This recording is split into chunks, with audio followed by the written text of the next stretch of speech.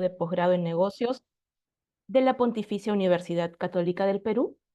El día de hoy tenemos 3 temas.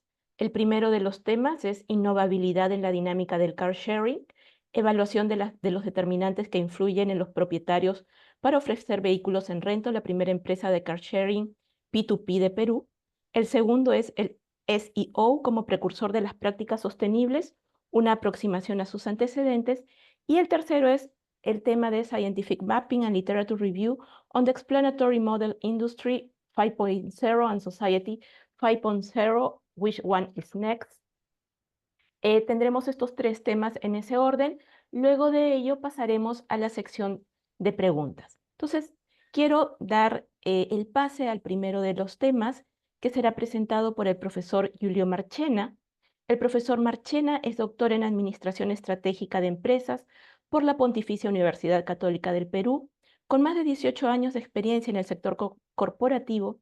Es actualmente profesor e investigador del Departamento Académico de Posgrado en Negocios y parte del Centro de Investigación para la Sostenibilidad y la Innovación Social.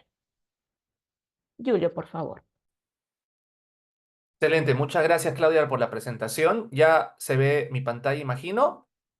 Excelente, muchas gracias a todos por este espacio. Tenemos 15 minutos para poder presentarles los avances de nuestras investigaciones. Yo he querido traerles una investigación que estamos ya concluyendo junto con el doctor Luciano Barceló Paula, que también nos está acompañando y tiene que ver con la innovabilidad en la dinámica del car sharing. ¿Qué aspectos influyen en que los propietarios que quieran ofrecer sus autos en alquiler en este modelo tomen la decisión de hacerlo? Tomando como un caso de referencia el primer peer-to-peer car sharing del Perú, que es Rento. Vamos a comentarles un poco acerca de este proceso. Primero hay que entender que la movilidad compartida es un modelo, un conjunto de modelos que se han convertido en soluciones muy interesantes en países desarrollados que ayudan en la congestión del tráfico, la congestión y el uso eficiente de recursos. Cuando hablamos de movilidad compartida, estamos hablando de servicios que ya han habido en nuestra región y en el país en particular, como por ejemplo los scooters eléctricos, uno de los más populares acá, pero el que todavía no ha despegado es el modelo del peer-to-peer car sharing. ¿Okay? Es un auto que tú no tengas, que no le estés dando mucho uso y que quieras ponerlo en alquiler en una plataforma a terceros que necesiten este auto para viajar, para poder hacer alguna acción en particular. ¿Okay? Es el modelo de Airbnb, pero en este caso de autos. Este modelo de peer-to-peer car sharing ha tenido un desarrollo muy interesante en países desarrollados, pero no lo ha tenido todavía en nuestra región. Y de realmente pues, puede promover comportamientos de viaje bastante sostenibles. Hay una serie de beneficios, reduce el número de vehículos en carretera, puede ayudarnos a extender el servicio a áreas desatendidas donde el transporte público tradicional pues está muy lejos y ya por estadísticas previas se ha demostrado que cada vehículo compartido en este tipo de modelo puede reemplazar hasta 13 vehículos de propiedad personal y puede reducir hasta un 37% las emisiones de dióxido de carbono. Hay una serie de beneficios de comenzar a adoptar modelos de movilidad compartida y en particular el enfoque de esta investigación está orientado al modelo de peer-to-peer car sharing, el alquilar vehículos a terceros, vehículos propios a terceros. ¿Okay? Y es un perfecto modelo que personifica el concepto de innovabilidad, este término acuñado por los profesores Iván y Luciano, que nos acompañan, porque integra perfectamente prácticas innovadoras con objetivos de sostenibilidad.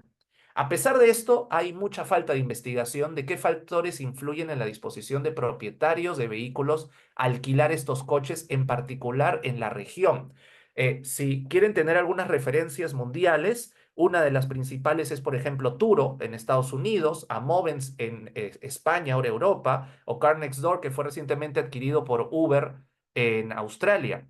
Son modelos que funcionan desde hace años, que siguen escalando, pero que dependen mucho de que haya suficiente oferta en el mercado, de que hayan propietarios de vehículos que quieran ponerlos en alquiler para que otras personas puedan utilizarlos. Y nuevamente, el modelo de Airbnb ayuda a hacer una analogía perfecta. En este caso de un auto del cual no estás utilizándolo al máximo, es un activo infrautilizado, es una gran oportunidad de economía colaborativa. En la región y en el Perú, por ejemplo, se está comenzando a desarrollar recientemente el modelo de peer-to-peer car sharing y se necesita entender qué motivaría a un propietario, a una persona con distintas pues, aspectos culturales a considerar en nuestra región, en Latinoamérica y en Sudamérica en particular, a que quiera realmente poner un auto en alquiler. Entonces, el objetivo principal de esta investigación es entender cuáles son esos factores y además evaluar el impacto en los propietarios para que ellos estén dispuestos a poner en alquiler sus vehículos. Y esto, evidentemente, pues nos va a ayudar a mejorar estrategias de sostenibilidad dentro de nuestro país, ya sea en el sector privado o en el mismo sector público, en donde en algunos países también se desarrolla. Para esto tomamos como referencia a Rento. Rento es el primer peer-to-peer car sharing del Perú. En la región existen otras plataformas de peer-to-peer car sharing, como en Chile Lolocar, en Uruguay Zipcar, y en el Perú existe Rento. Rento comenzó sus operaciones hace un poco más de 2 años. Algún dato interesante es que 42% de los propietarios que ponen su auto en alquiler en Rento son mujeres. Con lo cual es muy interesante entender pues la cantidad de propietarios mujeres y hombres que ponen autos en alquiler de una amplia gama de vehículos ofrecidos y en donde socios principales de esta plataforma incluyen una empresa de seguros y una empresa de GPS que brinda pues todo el esquema de seguridad cuando un propietario le brinda un auto a otra persona a través de una plataforma que incluye este modelo. Eh, en el mercado nacional es idóneo poder estudiar los factores que influyen en el peer-to-peer car sharing. Son aproximadamente 2 millones de autos particulares que existen en el Perú. En Lima, pues, es donde tenemos la mayor concentración de autos. Se siguen comprando autos, siguen entrando y un dato lamentable es que ya este año nos hemos vuelto la capital más congestionada de América del Sur. Antes estaban las ciudades de Colombia, ahora somos la capital con más congestión. Hace falta de modelos que ayuden a mejorar pues esta congestión del tráfico y evitar pues el problema que produce esto al medio ambiente. Y un dato interesante es que en realidad en promedio los peruanos usamos los autos solo 2.5 horas al día, lo que nos toma ir a nuestra oficina y volver a nuestras casas. Y el 91% del tiempo los tenemos en nuestras cocheras. Entonces hay una gran oportunidad, además considerando el alto grado de emprendurismo que tenemos en el país, para que podamos generar un pasivo de un auto que tenemos infrautilizado. Para poder entender estos factores entonces que influyen en los propietarios y con todas pues las condiciones del mercado que acabo de explicar, hemos planteado un enfoque exploratorio de estudio de caso único centrado en Rento. Vamos bajo este caso plantear un enfoque de métodos mixtos adoptando una estrategia exploratoria secuencial. Primero hemos recopilado datos cualitativos. Esos datos cualitativos lo hemos hecho entrevistando a los fundadores, a 2 de los fundadores de Rento y a 5 agentes comerciales y de operaciones, que son los que han logrado recopilar al día de hoy lo que entienden de las razones por las cuales quienes ya están alquilando su auto en Rento como propietarios lo están haciendo, qué factores han influido en que tomen esa decisión y cuáles no. Y luego, junto con esta fase cualitativa, hemos hecho ya una fase cuantitativa con una encuesta a nivel Lima, en particular donde está la mayor concentración, para que entendamos a aquellas personas que no habían conocido, que recién están escuchando del modelo de peer-to-peer car sharing y que se los explicamos, qué haría que influyan en que ellos quieran ponerse un auto en alquiler. Esto nos ayuda a hacer una triangulación de los datos y tender información mucho más rica respecto a los factores que influyen en que los propietarios quieran poner sus autos en alquiler.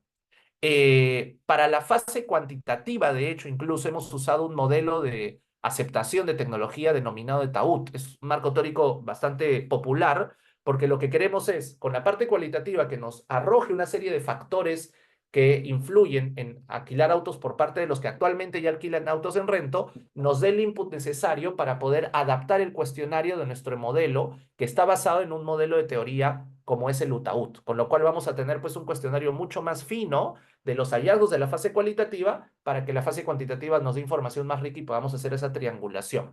Por eso es un modelo secuencial.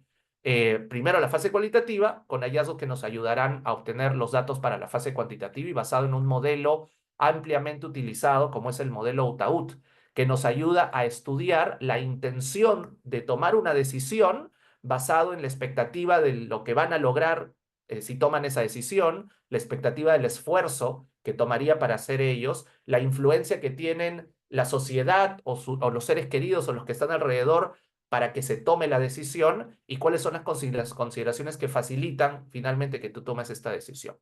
En esta conferencia nosotros queremos llegar a la parte cualitativa. La cuantitativa estamos recopilando la información y estos fueron los resultados que encontramos, ¿ok? En la fase cualitativa, haciendo las entrevistas, entre algunos aspectos, evidentemente el que más iba a salir era el de seguridad. Aunque para nosotros que vivimos en esta región es más que obvio que iba a salir la seguridad, sepan ustedes que empresas en los países desarrollados no asumen esto como algo necesario. Y como una pequeña anécdota, cuando yo he ido a España a alquilar un auto en la plataforma de peer-to-peer car sharing Amoves, la llave estaba dentro del carro. Yo con una aplicación simplemente activaba y abría abría la puerta y ya tenía la llave para irme. Esto lo haces en el país y definitivamente pues no es un escenario que podamos ni siquiera imaginar. Inclusive las empresas de seguro no te cubren un robo porque hayas dejado una llave adentro. Con lo cual pues el modelo cambia completamente. Para nosotros puede ser más que obvio la seguridad, pero para empresas en países desarrollados no lo es.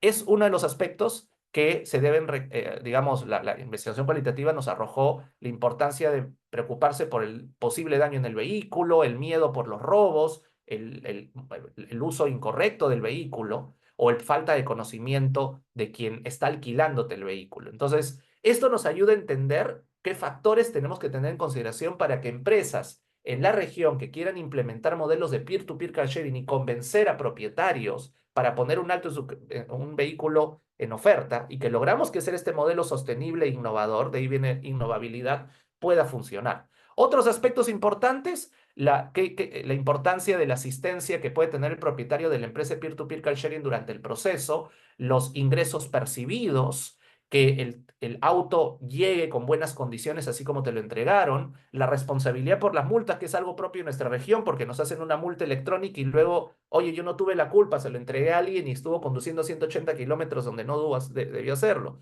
¿Cómo gestionamos ese problema? El tener un GPS para poder tener todo el tema de seguridad, entre otros aspectos interesantes. Algo interesante que también surgió es que el car attachment o el vínculo al carro no era realmente un factor. Uno podría haber pensado de que, oye, mi carrito lo cuido, no quiero prestárselo a alguien más. Bueno, no era un factor vinculante para que un propietario decida poner su auto ante alquiler. Si hay unas ganancias percibidas y otros factores, esto realmente no influía. Tampoco, y lamentablemente, no influía la sostenibilidad del ambiente. O sea, realmente no estaba en el mindset de un propietario de que yo alquilo mi auto porque voy a contribuir con el medio ambiente, voy a contribuir con la congestión.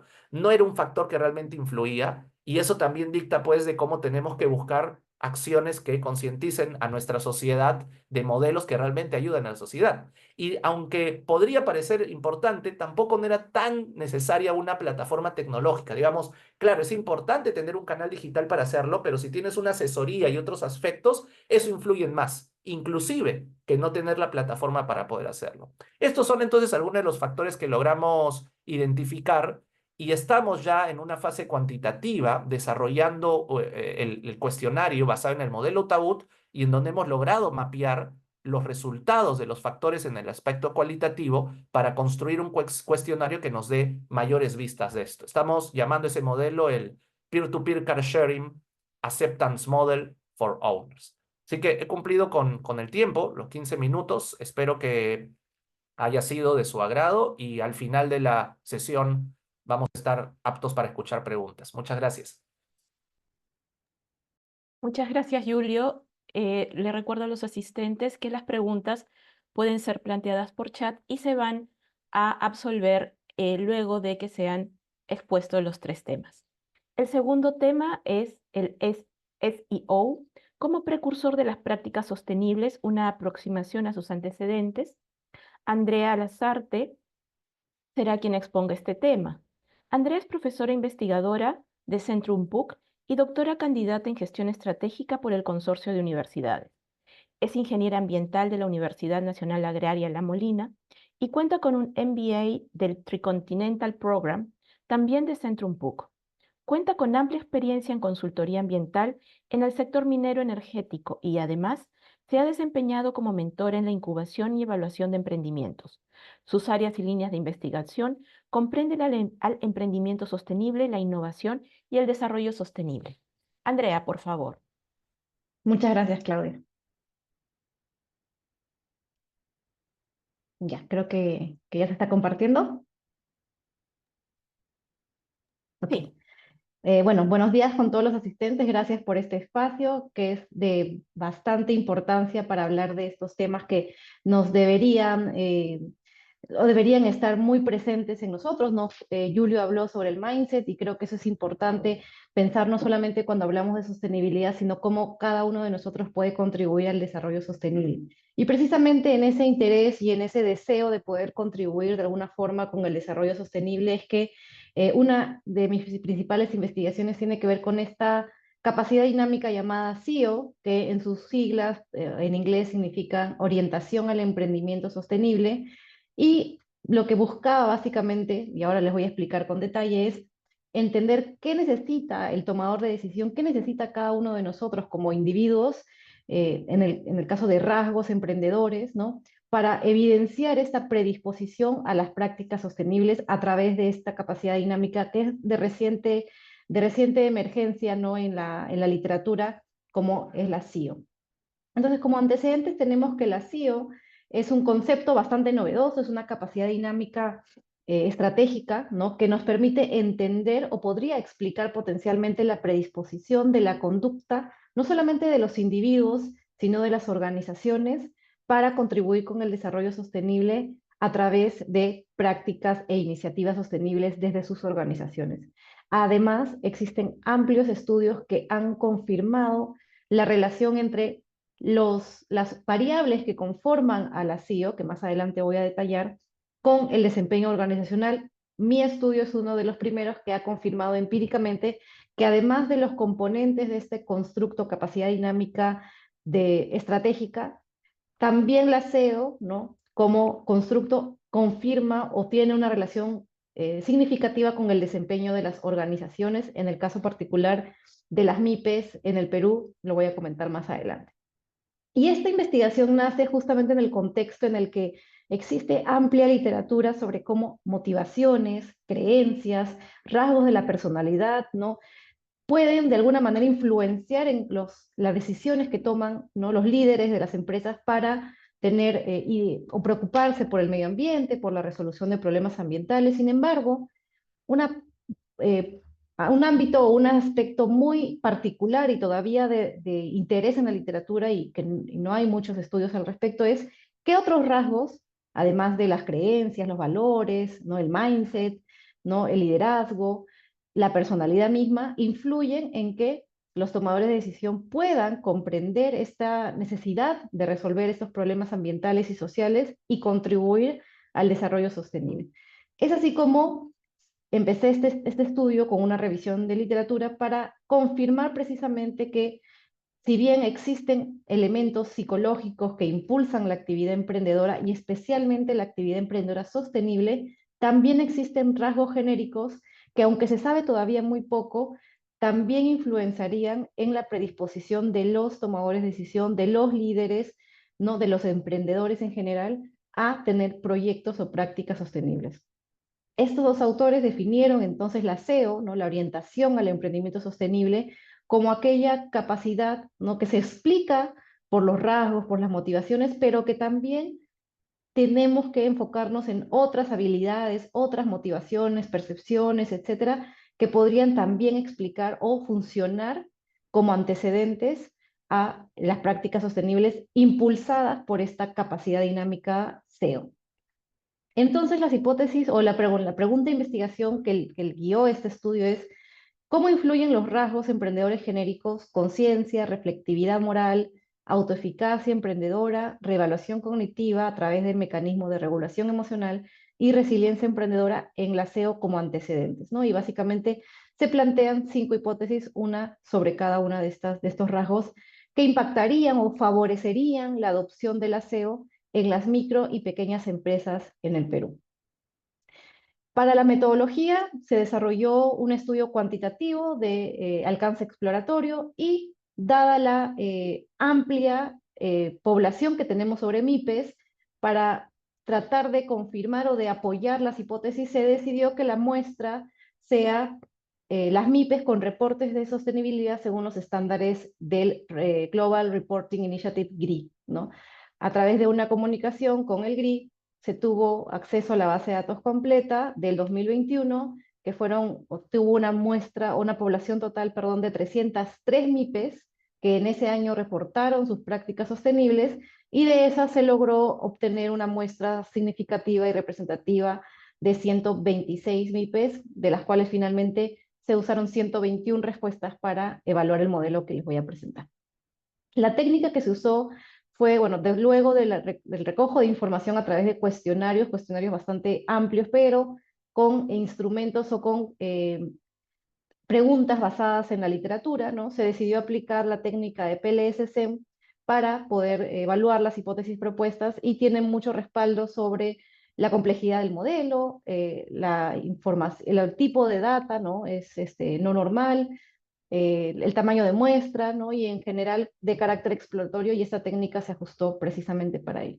Como les comenté, también se usaron instrumentos validados en la literatura, especialmente, y a diferencia de algunos estudios previos, porque no son amplios, en mi investigación decidí tomar los constructos a nivel individual, es decir, combinar la SEO, perdón, la SO, la orientación a la sostenibilidad, y la IEO, la orientación al emprendimiento individual, que conforman la SEO, la orientación al emprendimiento sostenible, para poder validar también, como uno de los aportes de la investigación, este constructo a nivel individual. La literatura pasada y los primeros estudios lo que ha comprobado es la influencia o el papel de la SEO a nivel organizacional, pero este es uno de los primeros estudios que lo aborda a nivel individual. Este es el modelo evaluado. A la izquierda ustedes pueden ver los 5 rasgos emprendedores que ya les comenté.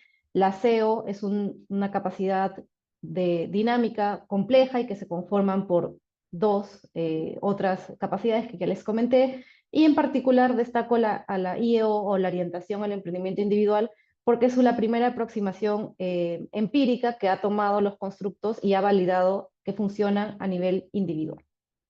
Como resultados, el 56% de la población o de los participantes fueron hombres, 44% fueron mujeres de las MIPES, 54% fueron pequeñas empresas y 46% micro, y la mayoría de empresas fue del sector servicios, seguido por de otros sectores, como se ve en la diapositiva. Y como principales hallazgos, ¿no?, sobre la base de las hipótesis, se confirmaron 4 de las 5 hipótesis. La única que no encontró soporte empírico fue la reflectividad moral. Más adelante lo voy a discutir, y básicamente por un tema de modelos cuantitativos usamos este coeficiente R cuadrado para confirmar que el modelo es moderado, no tiene una evaluación moderada, y lo cual es aceptable para una evaluación exploratoria, siendo útil como una primera aproximación para este contexto de economía emergente como es el peruano, ¿no? Acá están, bueno, los resultados.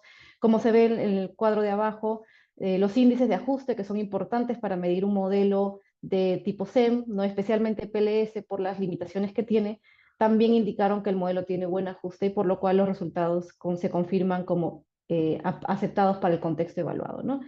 La resiliencia es un rasgo que creo que la mayoría conoce, ¿no? Es aquella capacidad de poder hacer frente a cambios, y es que los emprendedores, si es que son resilientes, pueden hacer frente a la sostenibilidad o el deseo de ser sostenibles a través del aseo. La autoeficacia responde a la creencia o la confianza en sus capacidades, y lo que permite que puedan responder a presiones. La reevaluación cognitiva a través del mecanismo de regulación emocional permite que el emprendedor pueda regular sus emociones y disminuir los sesgos asociados a poder emprender de forma sostenible.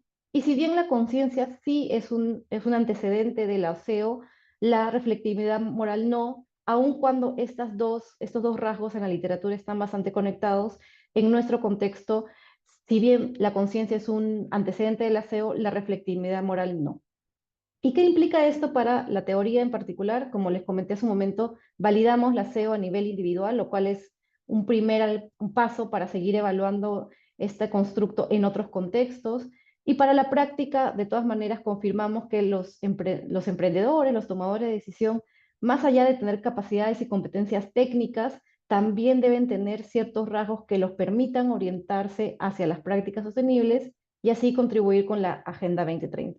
Y en particular, si bien tenemos muchas limitaciones en nuestro contexto peruano, las universidades, por ejemplo, juegan un papel importante al fomentar y al generar competencias, no solamente emprendedoras, sino también de estos rasgos emprendedores como un paquete integral, ¿no? Y que esto de alguna manera puede impactar positivamente en la creación futura de emprendimientos sostenibles.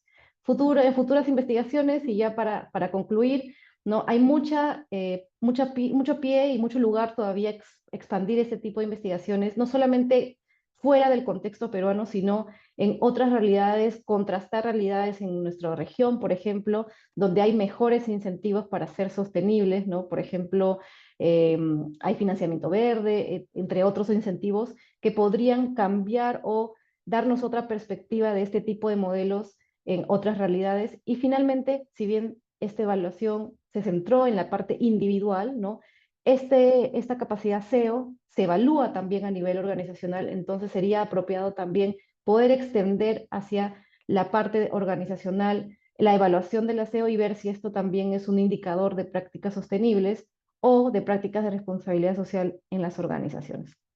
Gracias por el tiempo y espero que al final podamos escuchar sus preguntas. Muchas gracias. Muchísimas gracias a ti, Andrea. Muy interesante la exposición. Damos paso ahora a nuestro tercer tema, que es Scientific Mapping and Literature Review on the Explanatory Models Industry 5.0 and Society 5.0. Which one is next? Este tema estará a cargo de Iván de la Vega.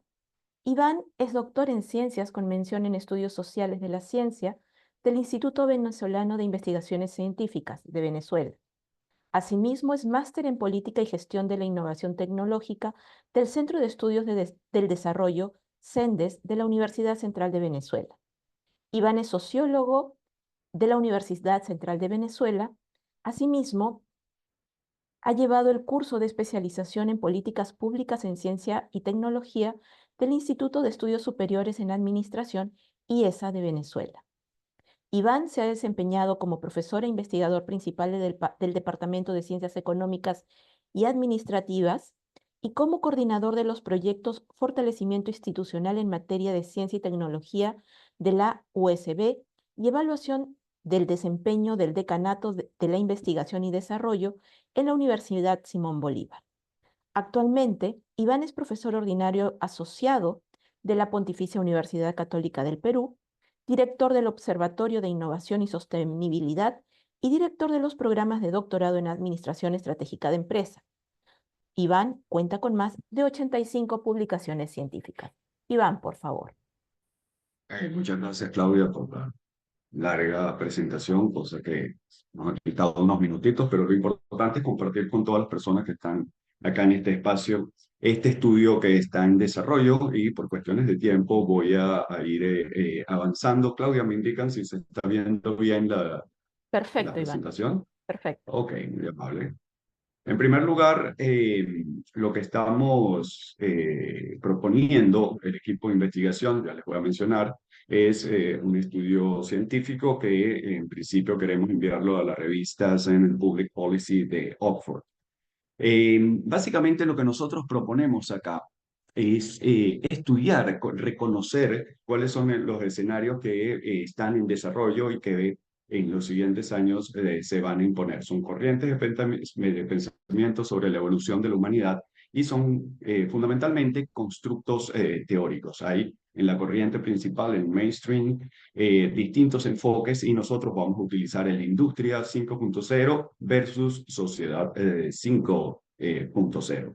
El equipo de trabajo se inicia con la estudiante de doctorado Kelly Santander, el profesor Julio Marchena, que está aquí con nosotros, que acaba de presentar, y yo como parte del equipo. Lo que nosotros proponemos es, en principio, una evolución de lo que se ha vivido como un efecto inesperado denominado SARS-CoV-2 y sus variantes, conocido también como COVID-19. Hoy en día estamos en COVID-22 y hay un planteamiento que se dirige hacia el COVID-23, pero lo que rodea esto son los cambios profundos que se han vivido en los últimos años y que ha modificado la estructura y la conducta humana en lo social, en lo económico, en lo político, en lo tecnológico, en los distintos ámbitos que nos están transformando como conjunto societal global. Entonces, estos modelos acelerados tienen ese tipo de impacto y es el interés central, el propósito de la investigación. Nuestras preguntas que orientan el tema van desde esa pandemia del SARS-CoV-2 y cómo la tecnociencia marca un nuevo desafío para contrastar la relación humana con la tecnología. Entonces, la segunda pregunta es, ¿cuáles modelos explicativos vinculados al cambio tecnológico son los más utilizados en la literatura científica desde la revisión de lo que se conoce como el mainstream versus el mapeo científico que hemos realizado? Es decir, estamos haciendo una investigación mixta y a partir de ahí hemos caracterizado escenarios y condiciones que se avecinan como escenarios evaluativos. Con base a esa evidencia también damos algunas orientaciones hacia nuevas investigaciones en este campo. A partir de allí, ese marco teórico de referencia, yo lo voy a pautar muy rápido, se enfoca en lo que hemos encontrado e identificado como el paradigma socioeconómico tecnocientífico que se ha desarrollado fundamentalmente en Inglaterra y que se conoce como oleadas con Big Bangs, que son muy interesantes porque hay determinantes tecnológicos que marcan hitos e irrupciones que barren con tecnologías preexistentes. Y aquí hay un elemento crítico en este tipo de enfoque tecnoeconómico porque se plantean una serie de hitos que van transformando esas dinámicas. Es decir, un Big Bang produce una irrupción temprana de tecnologías, desplazan el conocimiento dominante, después entra una fase de frenesí, aquellas organizaciones y empresas que se colocan al frente de ese conocimiento que se está desarrollando, una fase de reacomodo de la sociedad y después la fase de madurez para que irrumpa un nuevo cambio tecnológico o era industrial, como se conoce. Otros enfoques, como las ondas largas de Kondratiev, han explicado los distintos Big Bangs a partir de 1600 como aquellos procesos en los cuales se imponen un conjunto de tecnologías que condicionan y sacan del juego a las que estaban como dominantes. Entonces, Kondratiev hoy en día no solamente es un modelo, sigue vigente, un modelo de econometría que explica muy bien estos Big Bangs, el enfoque que está por detrás y lo que hemos encontrado en la literatura indica que si Kondratiev evaluase hoy en día las ondas largas, hablaría de ondas cortas o la suavización de estos procesos. Este es otro marco conceptual, teórico conceptual, que explica estos cambios dinámicos. Uno tercero, que es el que nosotros estamos utilizando acá, es el enfoque de las revoluciones industriales y hoy en día, comúnmente en los negocios, inclusive en la academia, se habla de la era o la revolución industrial 4.0 y transición hacia la 5.0. La otra que hemos tomado en cuenta es el enfoque de las evoluciones de las 5 eras societales, donde estamos hablando de una sociedad súper inteligente basada en un enfoque que parte y surge en el ámbito y el contexto de Japón. Entonces, basado en estos dos aspectos fundamentales, hemos realizado una evaluación que toca el proceso de las sociedades hasta la 5.0, que comienza inclusive en el proceso prehistórico hasta la superposición actual, versus las relaciones que hemos tratado en la industria 1.0, 2.0 hasta la 4.0, y si hay una transición hacia la 5.0, vemos algunos puntos de encuentro en esta relación de caracterización de escenarios. Hemos utilizado por una parte la revisión sistemática de literatura, fundamentalmente variada en el flujo Prisma, que nos da una serie de condiciones y aspectos sistemáticos de carácter científico para hacer revisiones de la literatura, y desde la perspectiva del segundo método y enfoque, ¿no?, que se interconecta con el anterior, hemos utilizado el paradigma del mapeo científico. Aquí hay una serie de condiciones que por cuestiones de tiempo no voy a profundizar, porque me interesa que veamos ya algunos resultados. Nosotros hicimos una revisión de literatura fundamentada, uno, ¿qué es la industria 5.0? ¿Qué dice la literatura de las dos bases de datos más reconocidas mundialmente, como la Web of Science y Scopus? Aquí se integran basados en revisiones de artículos fundamentalmente en cuartiles 1 y 2 para entender y configurar lo que ha sucedido en los últimos 5 años, incluyendo lo que va de 2024. Entonces hemos conseguido, ¿no?, en la revisión autores, años, el journal, el tipo de base de datos y las características propias del artículo, los títulos. Hemos realizado y extraído de cada uno de los componentes evaluados el propósito, la definición o definiciones operativas que se utilizan allí y las conclusiones de cada uno de estos trabajos. Esto es más largo, simplemente estoy haciendo un resumen. La anterior era sobre industria 5.0, aquí sobre sociedad 5.0, pero también hicimos una revisión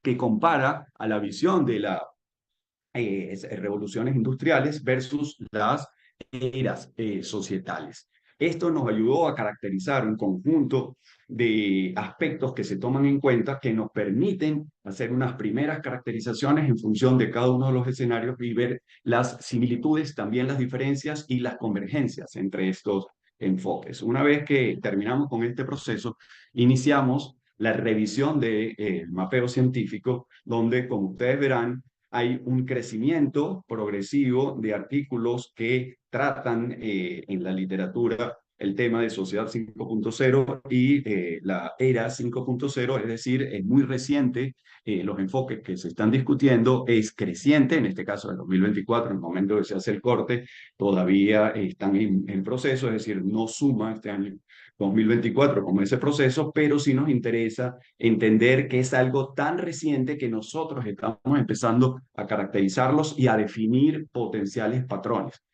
Acá tenemos los autores que han empezado a trabajar. Fíjense que tenemos 2 autores que liderizan este proceso con 7 estudios cada uno de distintas características. Eso está mapeado, pero que es tan novedoso, tan avanzado este tipo de enfoques para analizar y entender y simplificar. Los seres humanos necesitamos esas capacidades de entender por una parte visualmente, pero por la otra profundizar en cuáles son esas condiciones que estarían permitiendo entender y comprender hacia dónde va la humanidad, pero también cuáles serían esas condiciones de enfoque y análisis.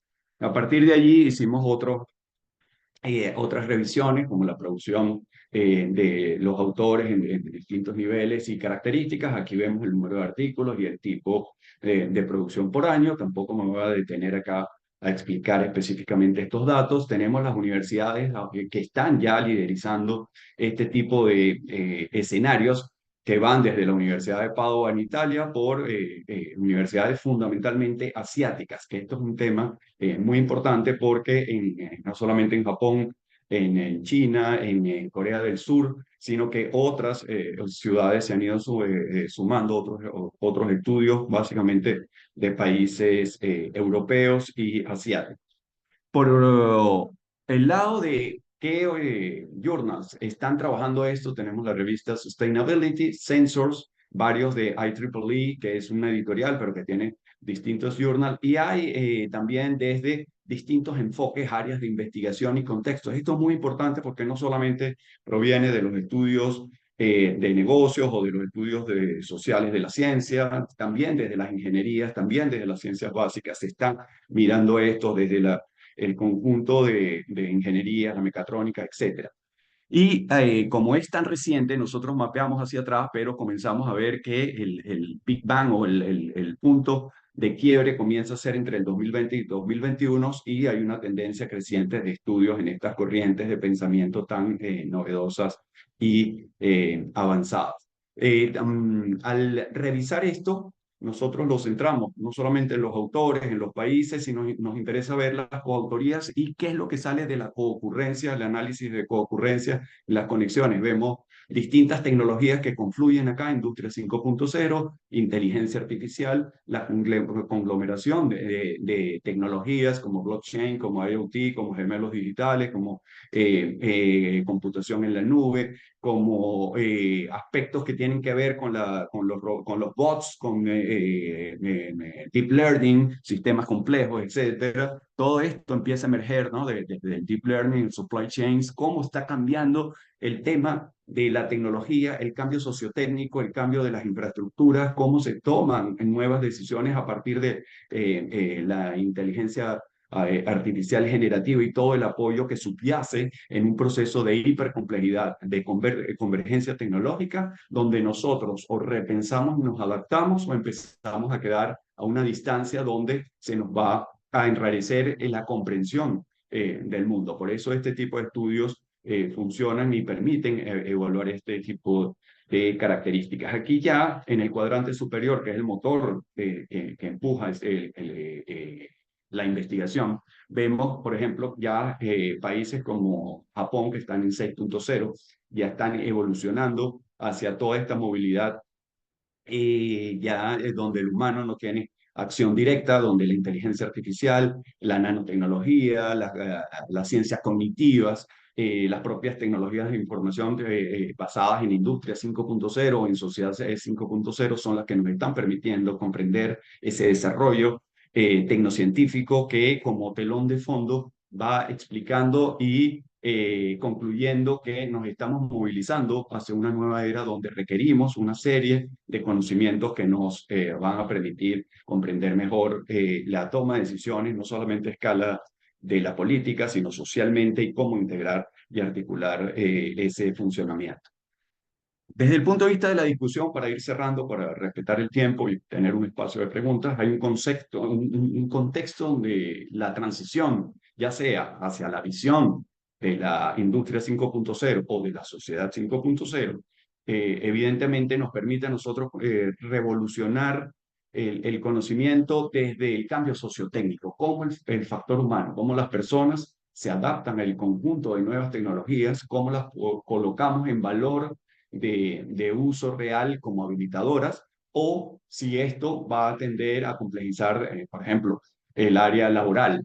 ¿En qué condiciones estamos nosotros para presentar un cambio tecnológico disruptivo como el que está emergiendo de forma más rápida? Por ejemplo, esos procesos de convergencia tecnológica son los que están supeditados para tratar de entender ese dominio donde la industria puede marcar la nueva era o la visión de la sociedad inteligente capaz de intermediar y colocar como habilitador la decisión de qué conjunto de tecnologías o qué límites debemos imponer para que ese uso del cambio tecnológico sea el mejor para respetar las escalas sociales y el desarrollo que no es equivalente en distintas partes del mundo.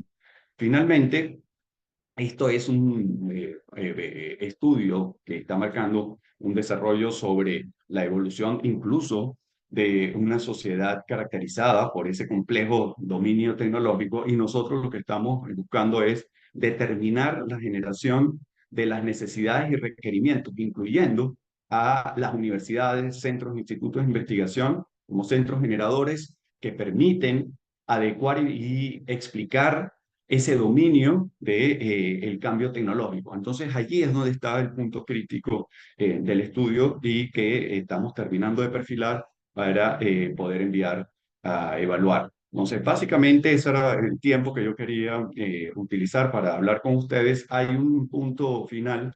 Se va a presentar en Italia a principios del año que viene. Yo dirijo esta mesa en una red europea en este simposio sobre cuáles son estas condiciones de si se va a imponer la era industrial 5.0 o la sociedad 5.0, que lo que está buscando es esa relación donde el centro del estudio es el ser humano y no la tecnología.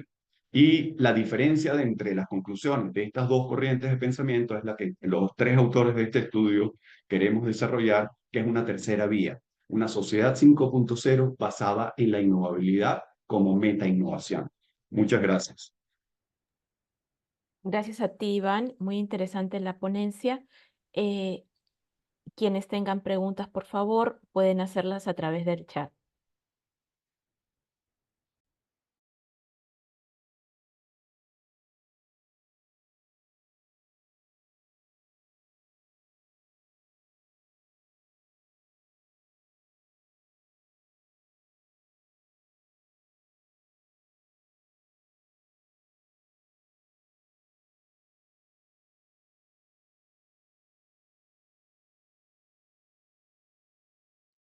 Luis Blanco formula la siguiente pregunta.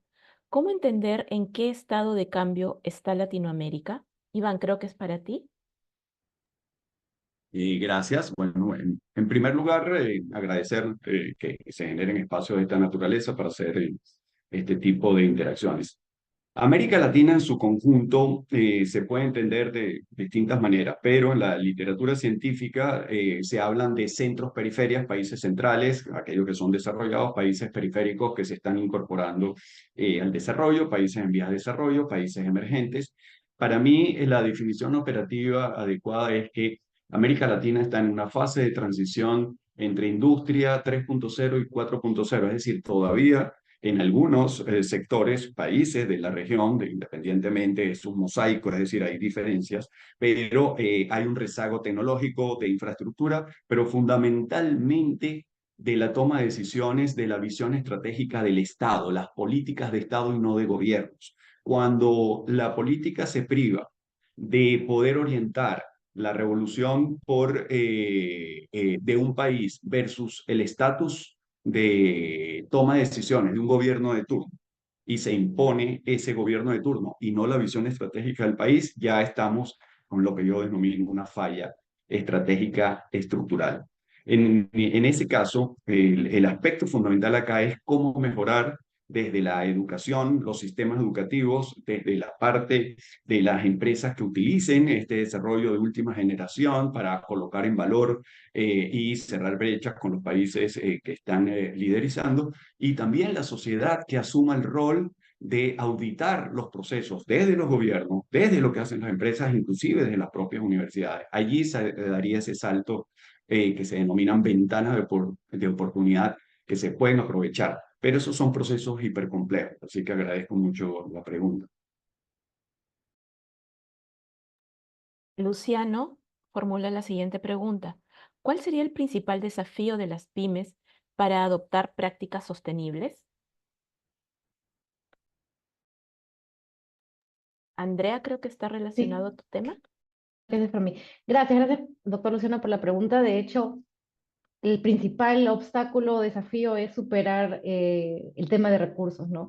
Sin embargo, no es el que sea una condición limitante para que puedan las MIPES, ¿no? E inclusive las pymes también, poder desarrollar algún tipo de prácticas, ¿no? Lo que falta, ¿no? O lo que tenemos como desafío en general para las pymes y MIPES en nuestro país es lograr superar la brecha de conocimiento, de capacitación, de inducción, ¿no? De compartir información.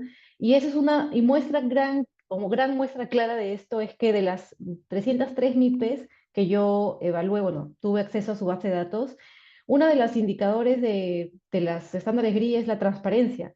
Y precisamente ninguna o la mayoría de esos reportes de sostenibilidad no estaban publicados en ninguna página web, red social de estas MIPES que busqué individualmente, ¿no? Entonces, si ya de por sí no compartimos o no tenemos esa capacidad, ¿no? O mentalidad de compartir prácticas, qué bien hacemos nosotros en nuestras empresas, qué más podemos hacer, pues creo que ahí ese es uno de los grandes desafíos, porque los recursos se pueden superar, ¿no? Hay formas, incluso prácticas sostenibles que van a llevar al ahorro en costos operativos las MIPES también, por ejemplo, cambiar embalaje, cambiar envases por uno más ecoeficiente o ecoamigable, o de alguna manera tratar de hacer reciclaje de ciertos insumos y poder darles otra vida con economía circular a esos insumos y de alguna manera regresarlos, ¿no? Al proceso de las MIPES o pymes, es algo que se puede dar, pero mientras que no tengamos esa práctica de compartir lo que otras empresas hacen, creo que ese es uno de los retos más grandes que tenemos y creo que como sociedad, ¿no? Como le comento, de las pocas empresas que pude evaluar o de las pocas empresas cuyos reportes pude encontrar en sus páginas web, vi iniciativas bastante interesantes con los pocos recursos que las MIPES y pymes manejan, pero de la gran mayoría no, ¿no? Y es algo que tenemos que empezar a cambiar desde el mindset que hablaba Julio en su presentación. Pero gracias por la pregunta, doctor Luciano.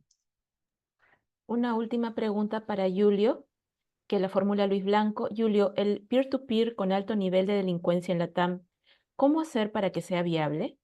Luis, ¿cómo estás? Gracias por tu pregunta. Sí, tenemos que generar confianza fundamentalmente y para poder generar confianza tenemos que entender cuáles son esos factores que inciden directamente en la confianza, ¿no? Y era un poquito el hallazgo que quería obtener en la primera parte de la investigación con estas preguntas cualitativas, ¿no? Desde el momento en que fallemos una sola vez con ese propietario, el auto le llegue rayado y no lo ayudemos, no le demos asistencia, al margen de un robo o algo por el estilo, él ya nunca más va a querer volver a ser parte de ese modelo, ¿no? Y esos factores que hemos encontrado nos han ayudado a evidenciar cuál es la fórmula para generar confianza en un país, y que no es solo el único Perú, sino que en Latinoamérica, en la región, para poder generar confianza, ¿no? Entonces, entendiendo esos factores, las empresas del sector privado como Rento y el sector público pueden empezar a establecer políticas y tecnología que ayuden a brindar eso. Por ejemplo, en el aspecto de seguridad que necesita el cliente, cuando se entrega un auto, en ese momento se activa un seguro todo riesgo. Cualquier cosa que le pase al auto mientras estás alquilándolo con el peer-to-peer car sharing, el riesgo lo va a asumir el seguro. Si es que el carro se pierde, ¿okay? Tenemos GPS que te ayuda a reconocer exactamente dónde está el auto. ¿Okay? El auto llega en perfectas condiciones y si no, nosotros le cobramos una multa extra al viajero para la limpieza o arreglar el auto.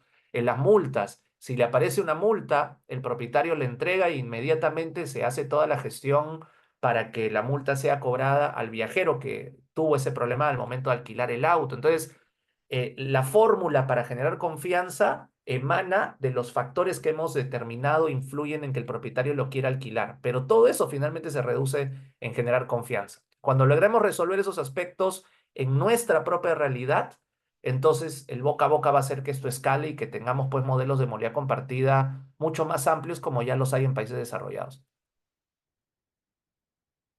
Gracias. Gracias a ti, Claudia, también por la moderación. Sí, estupendo, muchas gracias, señores. No tenemos más preguntas. Agradecerle a Julio, a Andrea y a Iván por haber compartido con nosotros los resultados de sus investigaciones y los mayores éxitos en las publicaciones que han mencionado. ¿Ok? Con esto estaríamos dando por cerrada la mesa. No sé si quieran decir ustedes algo más, ¿no? Hasta luego. Muchas gracias. Muchas Muchas gracias gracias. a todos por Muchas gracias. acompañarnos y Cuídense. por formular preguntas. Adiós. Hasta luego. No, Hasta todo. luego.